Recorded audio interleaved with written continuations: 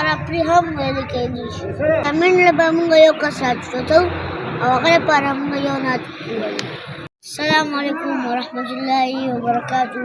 څنګه چې پرون موږ ویډیو کړې وه تاسو ته چې نعت مبارک یې دې موږ والا د خالد صاحب نعت جوړ کړی دی، تاسې واورئ بیا خبرې کوو. نن ختم د قرآن دی مبارک شپ بار بار، اے سود سہمدا درب اوشلو احسان، اے سود سہمدا درب اوشلو احسانو نو اللہ در باندې څنګه چې تاسو دا نعت واورئ نو تاسو امید لرم چې خوښ شوي به او تاسو له هم دا ویل کېږي تاسو چې زموږ دا فالوور کم دي تاسو لایک یې کړئ، فالوور یې کړئ او کمنټ یې کړئ. نو بله خبره دا ده چې پر پرې هم ویل کېدی شي، پر هم ویل کېږي څنګه چې کله تاسو زموږ په 2000 فالو پوره کړئ موږ به تاسو نعت ووایو.